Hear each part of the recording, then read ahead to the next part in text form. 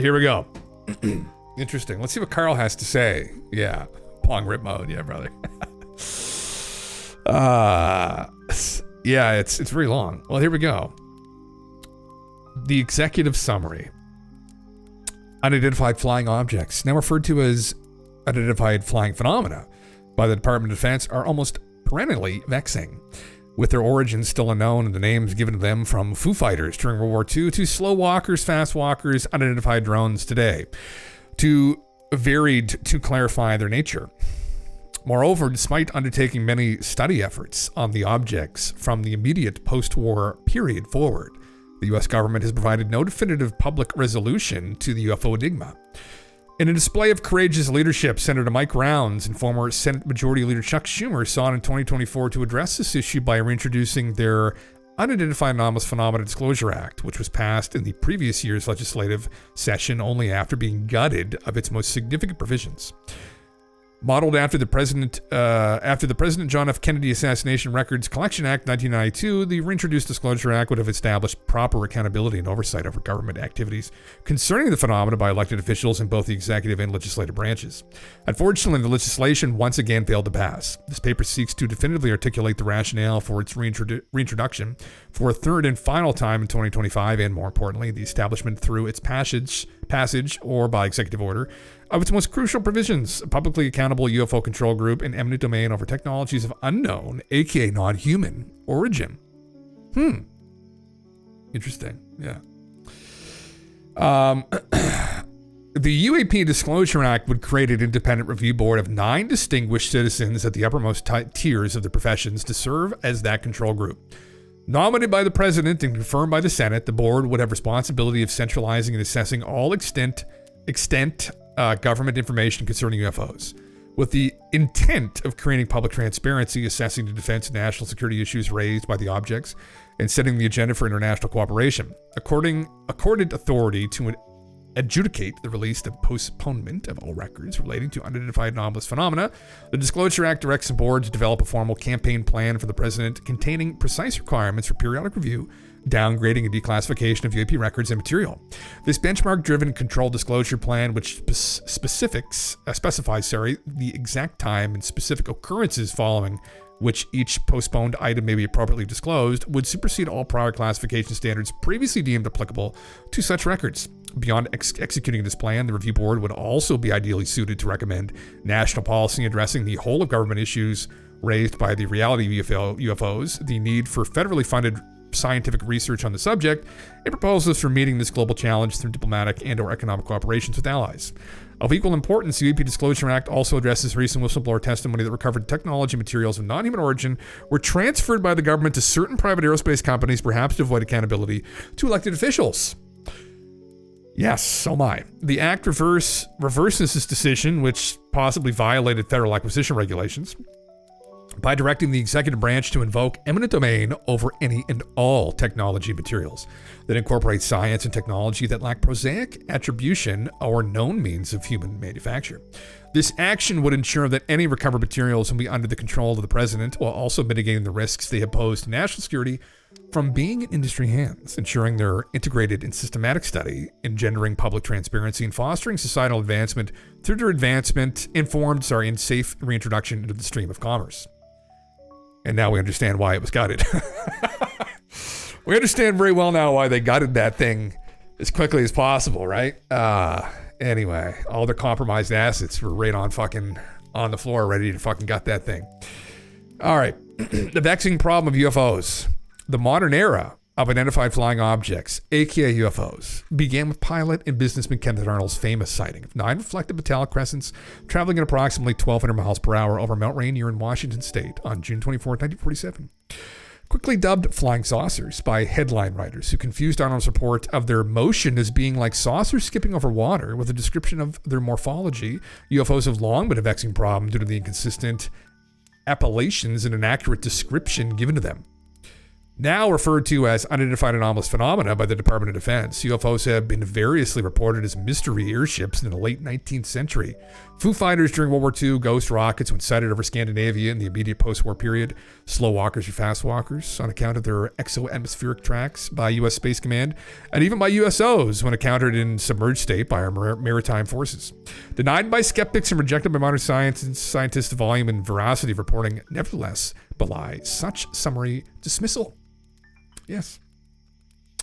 In a long-forgotten official assessment written just 3 months after the Arnold sighting, General Nathan Twining, the head of the Air Material Command and later Chief of Staff of the Air Force, asserted that the phenomenon reported is something real and not visionary or fictitious. These are objects, probably approximating the shape of a disc, as large as man-made aircraft. His memorandum precipitated what became a perennial series of often whimsically named alphabet soup executive branch UFO investigations, from Cold War projects like Sign, Grudge, Twinkle, Blue Book, and Moondust to the efforts in the 2000s and after known as OSAP, ATIP, UAPTF, AOIMSG, and ARROW. While the specific objects of these projects may have differed, they ultimately shared a common denominator. They provided no definitive public resolution to the UFO enigma. I preferred Twinkle as a program name to UAPTF. Twinkle sounds much better.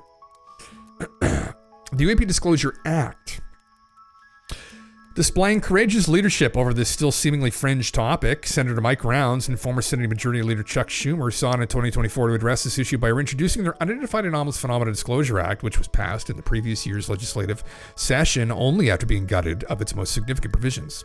Modeled after the President John F. Kennedy assassination records collection, we kind of went through this already, but the reintroduced Disclosure Act would have established proper accountability and oversight over government activities concerning the phenomena by elected officials in both the executive and legislative branches. Unfortunately, legislation once again failed to pass. This paper seeks to definitively articulate the rationale for its reintroduction for a third and final time in 2025. And more importantly, the establishment through its passage, or by executive order, of the most crucial provisions. A publicly accountable UFO control group and eminent domain over technologies of unknown, non-human origin. Okay, so we got this in the summary anyway. That's absolutely what we need, though. 100% that's what we fucking need. We need this desperately, as they have known, and some of these gentlemen and people involved, the ladies involved as well, have communicated at some of these hearings and conversations, like at the SALT conference. Karl had kind of gone over this, but it was devastating that they did this to the act, but not surprising, of course, right? So. The text of the legislation very effectively affirms its own necessity, since credible evidence and testimony indicate that federal government identified anomalous phenomena records exist that have not been declassified or subject to mandatory declassification review. What is this evidence and testimony to which the act refers? Considering the majority leader, Schumer, as a member of the Gang of Eight, is briefed on the most sensitive covert actions and intelligence matters, and that Senator Rounds, a member of the Senate Armed Services Intelligence Committee, may have knowledge of even the most highly protected special access programs. Much of the information available to them is classified and thus unavailable to the public. Now, notwithstanding these limitations, there is ample open source data from which one can make an independent determination. Compelling visual evidence of UFOs was provided with the official release 4 years ago of the 2004 FLIR and 2015 Gimbal and GoFast videos. The Department of Defense's confirmation that the recorded objects represent neither U.S. technology nor foreign systems. Possibly seagulls. Right? Who knows? Subsequent testimony before the House Committee on Oversight and Government Reform in July 2023 by Naval Aviators Commander David Fravor and Lieutenant Ryan Graves corroborated the anomalous nature of these objects based on their first-hand encounters. During the same hearing, National Geospatial Intelligence Agency whistleblower Major David Grush was cleared for the President's daily briefing while on active duty at the National Reconnaissance Office, went even further, testifying to the existence of a government UFO crash retrieval and reverse engineering program. The public must now entertain the possibility that 3 independent witnesses who held highly sensitive positions in the U.S. military and performed distinguished national service are either willfully prevaricating under penalty of perjury, suffering from an undiagnosed and shared psychosis, or actually relating the facts as they understand them. Regardless of which alternative is true, the national security interests of the United States are unequivocally at stake. Yes, they are. The Disclosure Act was crafted to be an effective mechanism for revealing the truth, and in distinguishing between these potentialities, it'll be instructive to highlight the recurrent nature of UFO incidents over time and the concomitant, long-standing pattern of institutional resistance and amnesia. This review is intended to shed light on the reality of the topic and the official obfuscation while demonstrating the need for government accountability and oversight. Metabunk disagrees. Yeah. Seagull, really. Bye. Fuck. Well, what's up? Yeah. Yeah, we need to get things in the private corp stance. Absolutely, man. Fuck yeah. Yeah. So I'm trying to read through the comments too, guys, in the meantime. But prior disclosures of the truth failed to gain traction. 53 years prior to the 2004 USS Nimitz incident, Air Force pilot and future Mercury 7 astronaut Colonel Gordon Cooper made a similarly unsuccessful intercept of UFO exhibiting instantaneous acceleration in West Germany, as attested in his 1978 open letter to the United Nations. Cooper was not the only figure of his caliber to make claims of this kind. Clarence Kelly Johnson, founder of Lockheed Skunk Works, reported a UFO observation to Project Blue Book, the Air Force's 1952-69 public UFO investigation, and his eventual successor, Ben Rich, publicly avowed government and industry efforts to understand and reproduce the performance characteristics of UFOs. Unfortunately, such statements were largely ignored and received little to no public support from U.S. or allied governments. A declassified 1971 Australian intelligence assessment, now available through Australia's online National Archive, corroborates the earlier twinning memorandum and lends increased credence to the first-hand accounts by stating that analyses of UFO reports by USAF intelligence in the 50s and 60s indicated that real phenomena were being reported which had flight characteristics so far in advance of the U.S. aircraft that only extraterrestrial origin could be envisaged. They could be under the sea. It could be crab people. It could be squid people. They didn't know about other dimensions back then, yeah. Yeah. Tinfoil hat, Jim, actually being undercover non-human intelligence, gauging the average man's reaction to the topic, brother.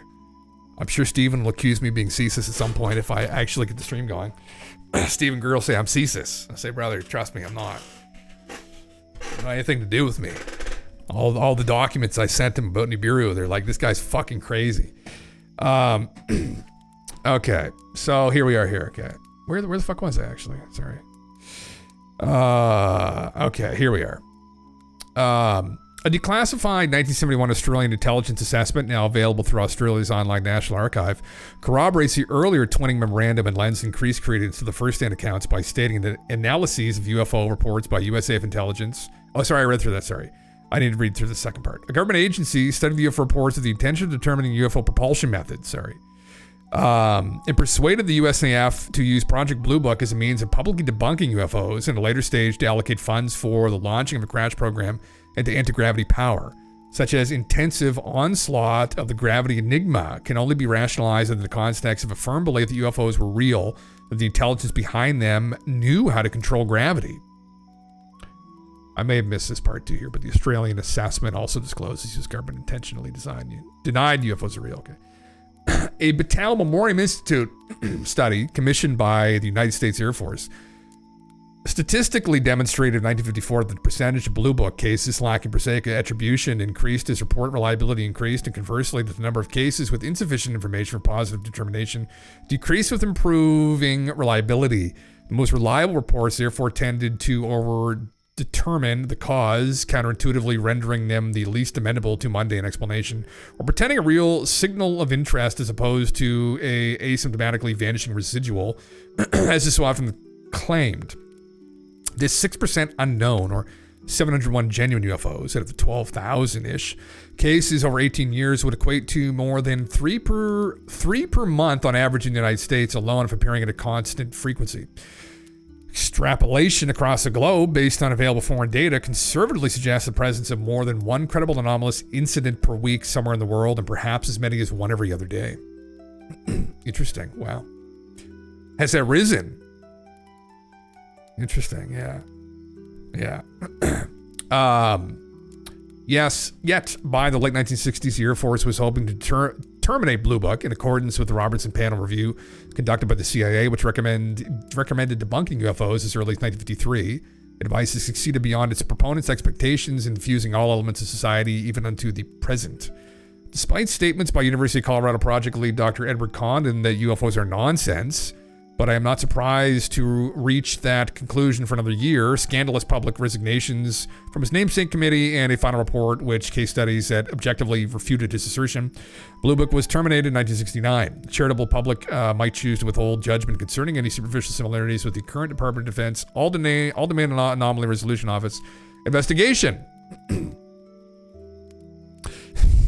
Or we could just meme on Sean Kirkpatrick and say he got cucked by Susan, you know. Had him in the cuck chair, had him all tied up, you know, in the leather and everything. So, yeah. Oh, fuck, yeah. Jesus fucking Christ. Just saw that fucking wang comment. Jesus fucking Christ, yeah. Strategic need for an independent review board. Fortunately, Senator Rounds and Schumer have to take the unprecedented step of using legislation to rein in, once and for all, a DOD IC bureaucracy that has consistently refuted accountability about UFOs while impeding scientific understanding of this important topic. The UAP Disclosure Act would create an independent review board of 9 distinguished citizens at the uppermost tiers of the professions. Nominated by the president and confirmed by the Senate, the board would have the responsibility of centralizing and assessing all extant government information concerning UFOs of the intent of declassification. This is all wonderful. I think, you know, the problem, I mean, all these guys and girls, they thought this through wonderfully. This is exactly what we need. Problem again is things are rotten to the fucking core.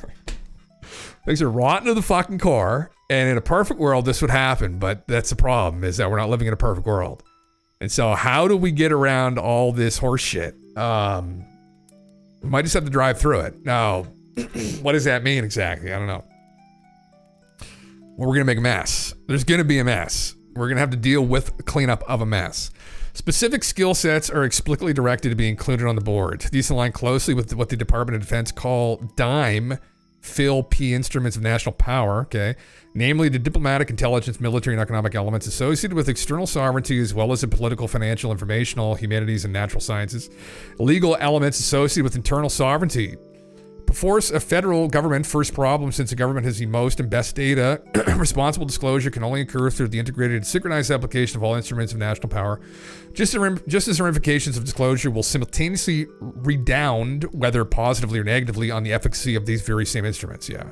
The accorded authority for educating the release of postponement of all records relating to unidentified anomalous phenomena, a term defined within the Act to encompass anything potentially related to non-human intelligence while excluding everything else. Prospective board members should have cabinet deputy 3-star or Nobel nominee level attainments to be considered qualified. Jesus.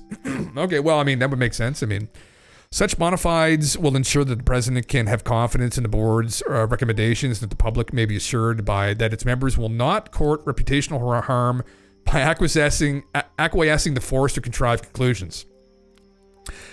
So we're essentially forming new MJ9 is what we're going to form here. We're going to form an MJ9.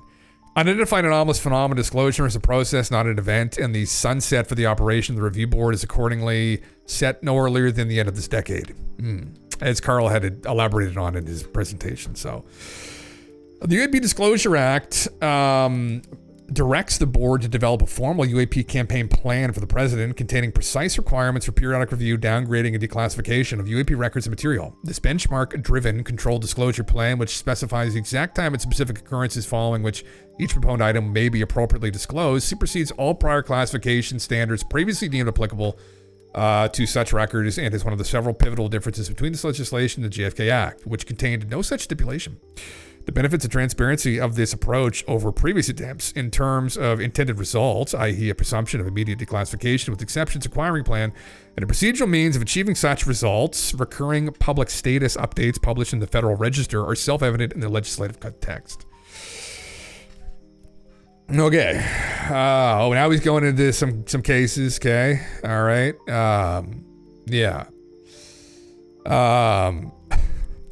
In contrast to the much more famous Roswell crash in 1947, the particulars of which remain hotly contested and wherein at least 3 of the 4 government proffered explanations are false a priori, i.e. flying disc, weather balloon, Project Mogul crash test dummies, there is no analogous dispute about the verity of the Socorro, New Mexico daylight landing in 1964, witnessed by Patrolman Lonnie Zamora. Since the latter was subjected to immediate public scrutiny by state and local police, civilian researchers, and federal personnel, the benefits of transparency become obvious.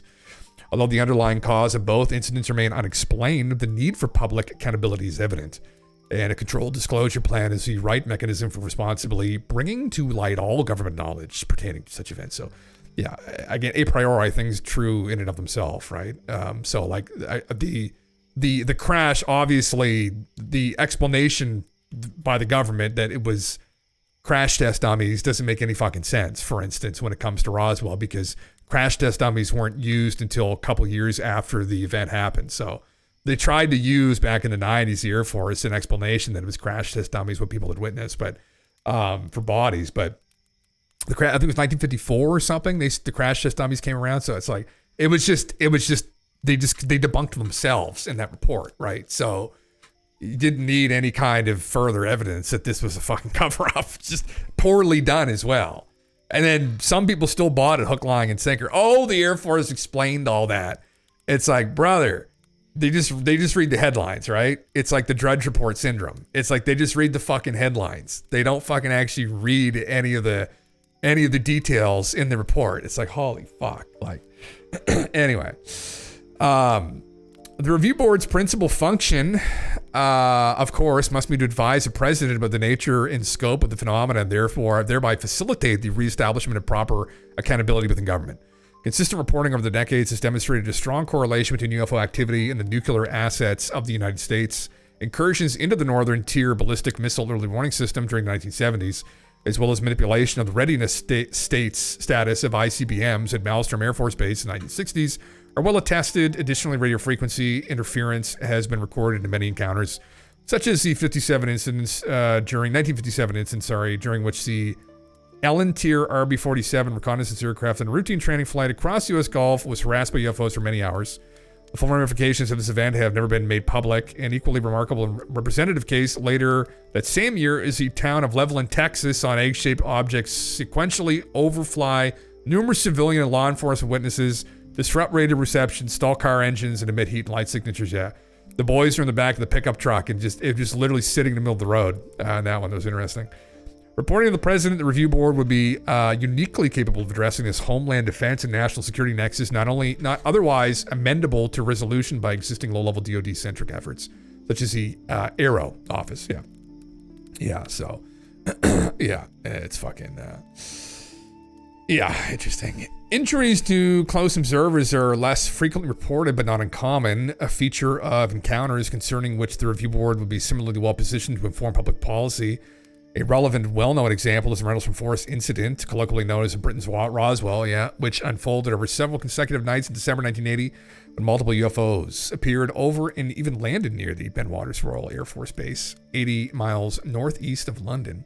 Then Airman First Class John Burroughs, who, as an American, was assigned to the base at the time, experienced anomalous health impacts as a consequence of the incident, and subsequently denied medical coverage by the Veterans Administration due to the classification of his records. His situation was only successfully resolved with the personal intervention of Senator John McCain just prior to the latter's death in 2018. A UFO flap occurring in 1977 in the Brazilian island of Colares, which resulted in ionizing radiation attacks, leaving many among the indigenous population scarred with intense burns or puncture wounds, provides a further instance of injuries to close observers. The Brazilian Air Force, which alleged U.S. support, deployed investigative teams for several months under the Operation Saucer, and it ultimately classified their findings. The UAP Review Board would be within its authority to recommend sociological, psychological, and physiological measures appropriate for remedying medical impacts stemming from close interaction with the phenomena, the proposed public health in a medical addendum to the UAP campaign plan. Varginha is another one. One of the military guys died, actually. His entire immune system shut down after he reportedly grabbed one of the aliens and threw them in the back of his cruiser. Interesting one there as well. That's obviously like not quite as like foundational as Colares, however fucking pronounce it, but yeah, interesting. Okay, so this is I think the last. Oh, there's a couple things more here. Addressing technological surprise and societal shock. Well, here we go.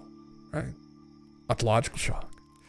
Availing themselves to the JFK legislation as a model for the UAP Disclosure Act was a wise decision by its sponsors. Its JFK and UAP record problems share key similarities, and the broad authorities inherent in the former law were already found both legally and constitutionally sufficient to recommend their direct reuse in the latter. Nevertheless, one counterargument points that because all JFK assassination records have not yet been discovered and released, recent executive orders notwithstanding, the Disclosure Act cannot possibly incorporate all lessons learned from this ongoing effort and is consequently deficient. This is false logic.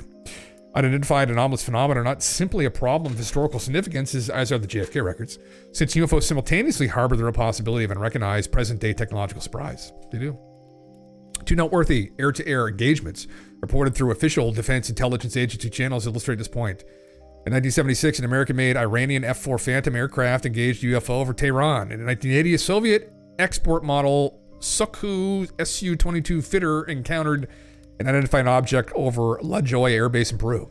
In the first case, Major and later General Parviz Jafari lost electronic fire control and experienced intense heat and light effects as he attempted unsuccessfully to fire his AIM-9 Sidewinder missile, while in the second case, Lieutenant later Commander Oscar Huerta employed a 30mm cannon via manual fire control to successfully hit his target, albeit with no apparent effect. Mitigating current-day threats, analogous, oh my god, my brain. Andy, you know what I'm fucking trying to say. To these argue for urgent action, the immediate passage of the Disclosure Act as the legislation grants a review board access not only to documents but also to materials recovered. Government-supported scientific research would also enlighten the public with civilian incidents that afford a window into the broader scope of the phenomena beyond exclusively military concerns. Now, the pivotal difference between the JFK and UAP Act is the requirement for UAP campaign plan, as was previously discussed. The review board would have authority to recommend a national science addendum that could afford complete and timely access to knowledge gained in furtherance of open research and development essential to societal advancement and technological progress. This is another one here. The Ruwais Zimbabwe daytime landing at Ariel School in 1994 and the uncanny similar 1966 West Hall High School daytime encounter in Melbourne, Australia, are especially demonstrative. Area school students, now grown in adulthood, have recently been interviewed and continue to attest to the accuracy of their original testimony. One of the girls actually just died recently too, as do the living Westfall observers. A similar landing occurred the same year in the fall of the Berlin Wall and Voronezh, however you say that, Oblast within the Soviet Union. It too was witnessed by young children and was reported contemporaneously by the state-run media outlet TASS. Research by credentialed academics, facilitated by federal grants in the natural sciences, social sciences, and medicine is needed to fully understand the true nature and ramifications of such encounters. They are, yeah. The Tehran UFO incident is compelling. Yes, it is. Yeah, these are fairly well-known ones. I'm familiar with all these so far myself. Yeah, the Ariel schools. Some people do push back on that a bit because some of the interpretations, some of the kids varied, but I think something happened. And it honestly, James Fox again did a brilliant job with his documentary on that incident where how would you say it? I think that they used it, it isn't the head of school, we'll say, supposedly had an encounter and possibly an abduction that happened that she refused to talk about, but kind of fessed up on James's documentary that weird stuff happened to me too after the fact. Actually, headmaster, I think is how they refer to them here. Like, anyway, I was trying to think of what we call them here. Actually, no, they're not headmasters, a little bit different. Principal. We face a global challenge warranting international engagement through both diplomatic and Five Eyes intelligence channels, as most recently evidenced by repeated drone incursions over sensitive sites, both domestically and internationally. Review board-led policy development is crucial in enhancing existing agreements and expanding multilateral action with regard to this urgent topic. Consider as well alarming historical incidents such as the air traffic control recorded UFO flap over Washington, D.C. during two sequential weekends in 1952, which involved radar, visual ground, and air trafficking, as well as numerous failed air intercepts, sparked the largest press conferences in World War II, and led to the initiation of Project Blue Book. Or the well-publicized encounter over Alaska in 1986 of the massive mothership by Captain Kenji Terashi, pilot of Japan Airlines, cargo flight 1628, all followed by contemporaneous denials and analogous, Jesus Christ, I got it, to official responses to the recent drone swarms. Yes, and he was taken off the job. He was thrown onto a desk after that happened. And it wasn't until 2001, really, when one of the air traffic guys actually released, was it the audio he released? I can't remember. But he had kept a copy of the transcript, essentially, between him and air traffic control. He didn't really get vindicated until then. I don't know if he was even still alive then, but it's terrible how he was treated. As much as these events concern individual states and their populations, it would be unwise for the United States or any other national government to believe the UFO problem can be assessed and definitively addressed without diplomatic cooperation. Yes, the matter of eminent domain. I think this is the last one. No. Recommendations. Okay. The economic impact to global finance, trade, and commerce should technologies of unknown origin be haphazardly injected into the marketplace cannot be assessed with any degree of confidence a priori. This concern is equally applicable to the safety and security ramifications associated with possible new energy sources or novel metamaterials that might represent a science hundreds or even thousands of years ahead of our own. The reality of UFOs forces one to seriously contemplate such issues, and responsible policymakers would be delinquent if they ignored them. Yes. Must be a posteriori. You must learn of it through experiencing this. Like, we need to know, and we're not going to know. I mean, that's the thing. And for people that don't know, Hal Puthoff just kind of reiterated this recently on Joe Rogan. But they've been prodding at this for a while. Some other administrations, like back during Bush's administration, they got a whole bunch of highly accredited people together that are inside these programs. Hal was one of them. And they got them to do like multiple choice meme, and at the end they got together, and the conclusion was that this was going to be a bad idea, and that one of the things was cited that there'd be lawsuits from corporations that didn't get access to this technology. They'd be suing the government, maybe even corporations that did, got an unfair advantage, etc. And so, but ultimately, I think as Karl's stating here, which is correct, I mean, we're not really going to know, right? Until, you can't really assess it until this actually happens. We have to just let it go through, and then through this experience, we'll learn, right? You can't a priori assess something like that. I would agree. I think that's a bit naive, which is an excuse to kind of keep it wrapped up still. So yeah. How the AI is ignoring the discussion, another hole in its coding, brother. Fucking Christ, yeah. The people coding him aren't musicians, and they just threw part of him in to make him seem like a typically varied human, but now it's run away on them, and they're desperately doing crash courses on music and guitar while getting the gym avatar to keep coming up with excuses. Jesus Christ. Brother, it's coming. It's going to be great. Actually, it's going to be really sloppy, fucking, riffing over the song probably is what it's going to be, actually. It's going to happen this week. It's going to happen this week.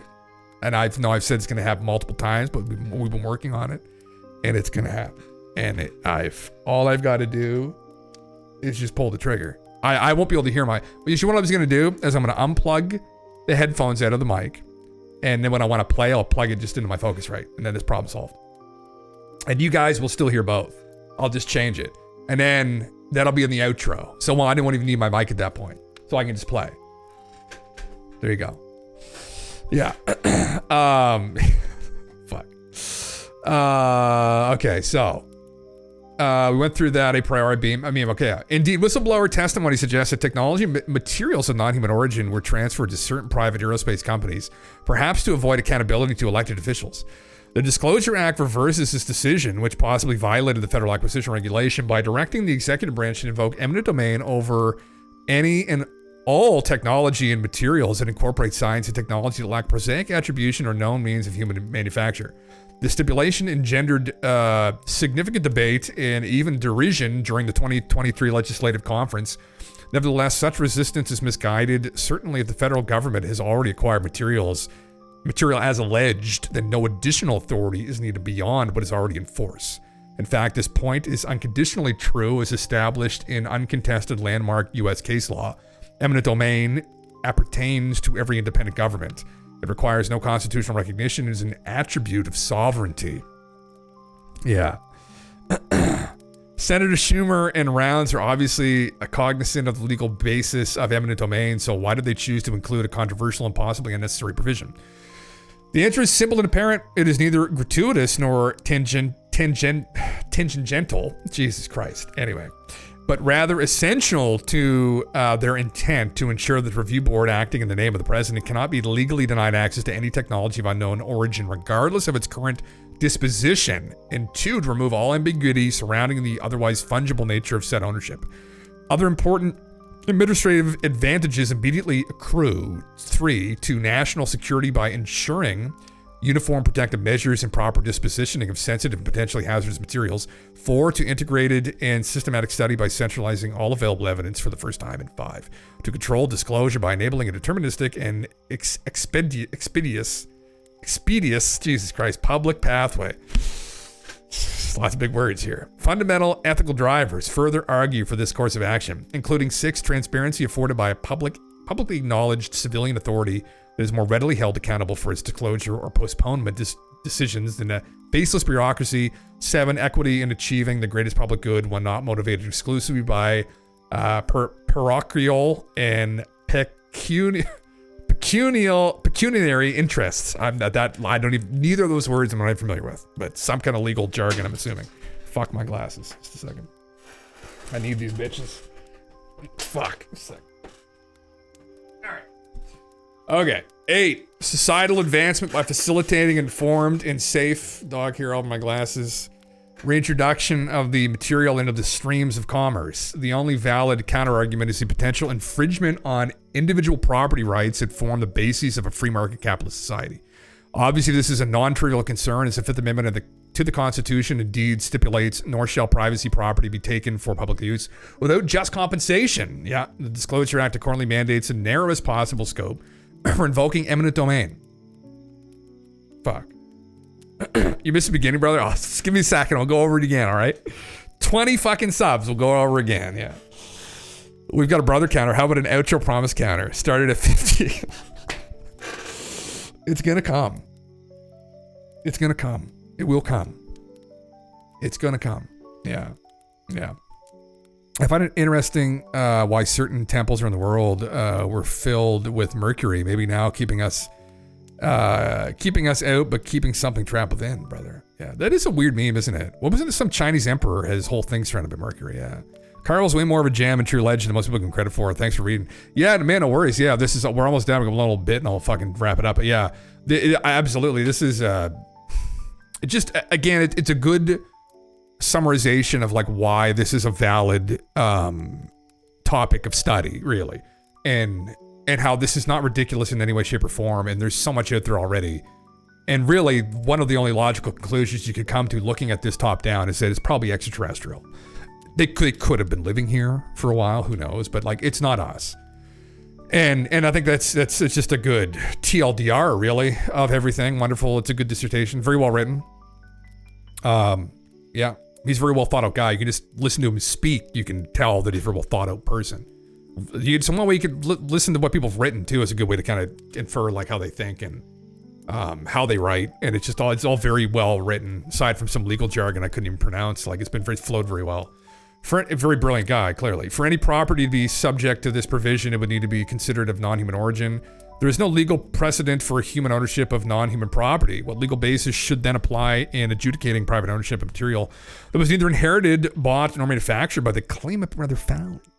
Law of maritime salvage provides the answer, observed by all seafaring nations. The admiralty laws of salvage grant to those who locate and recover property lost at sea either reward from the owner of the lost property, or B, upon condition that the property is abandoned and has no owner, outright title to the find.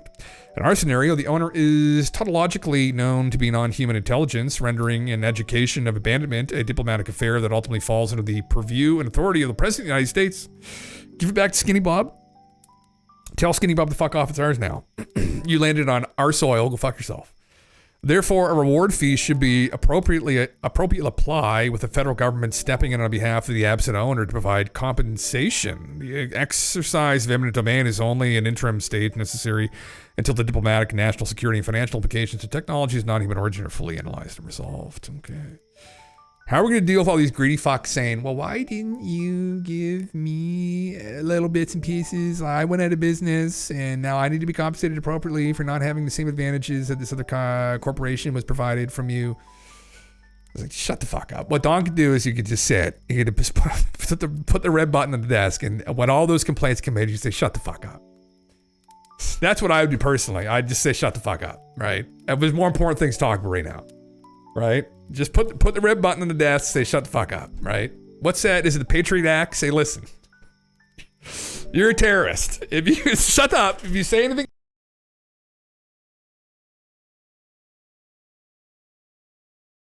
Back. No, that's not what we want to do. But anyway, maybe I don't know though. Yeah. Fuck yeah. We'll finish the rest of this. Yeah. Did I go over the stuff from Ross? Yes, we just did actually, Lemon. I wasn't aware there were videos. I didn't see them floating around on Twitter, which I did the first one where he was on the ground with the guys. I watched a bit of that. I went through some of the clips I was looking through, and then I went over some clips from the second guy last night early on. And but the videos I didn't see. Finn told me about them. I said, oh fuck, I didn't even know. Yeah. Kind of understand the argument, but then again, the exact same thing happened legally in the music industry. Yeah, well, that's a good example, actually, man. Yeah, one dude gets a shot in the studio, one doesn't, but the dude who doesn't sell doesn't sue Eminem, for example. Yeah, there is an argument there legally, I think, but like at the same time, it's like, especially, we're going back like, fuck, however long. Well, although they may have been continuously giving these samples to different places to study, like, they may still be doing that. But anyway, yeah, I think there might be a more heavy-handed approach to deal with that, which might not look pretty, but let's just be real here. We've got horse shit all over us at this point. Like there's so much like nonsense that we're having to deal with, horse shit, bullshit, whatever, that I think, that might be appropriate, but I don't know. Yeah. I do see what you mean. Yeah. So recommendations. Here we go. This is what Karl recommends. And then that's it. This is the gist of it. Congress should take up and pass the UAP Disclosure Act in 2025, amended to include the following explicit compensatory process consistent with the foregoing analyses. Under the sole condition that any private sector person or entity who is controlling authority of technology of unknown origin cooperates fully with the intent of the Disclosure Act and the instructions of the Review Board. Here we go. 1. The government shall award a grace period of specified finite duration during which there will be no immediate change to the disposition of the subject material. 2. The government shall reimburse the private sector person or entity for expenses incurred in the recovery, storage, and protection of the subject material, plus an appropriate finder's fee. Who's going to give the Mac Brazel, for Christ's sake? He's fucking dead. Finding the Roswell crash. They're going to go dig up Mac's body, fucking put a check in his hand, and then bury him again. He'll cash it. Don't worry. He'll cash it. It's the thought that counts, right? The private sector, 3, person or entity shall retain ownership of all intellectual property created as a result of private examination of the subject material completed prior to the date of enactment of the Disclosure Act. 4, upon voluntary application and approval, these private sector person or entity shall receive an appropriate grant to exclusively conduct foreign material exploitation and reverse engineering of the subject material during the grace period. 5, any intellectual property resulting from work under this grant shall be co-owned with the government, and the private sector person or entity shall retain any applicable commercialization rights. And 6, upon conclusion of the grace period, the government shall make the subject material available to competitively selected consortium formed in response to a fair and open competition for further scientific and technological investigation. I'd say, fuck it. We gave it to Lockheed. Go fuck yourselves. Boys and girls at Lockheed have it. Fuck off. Big red button. Shut the fuck up.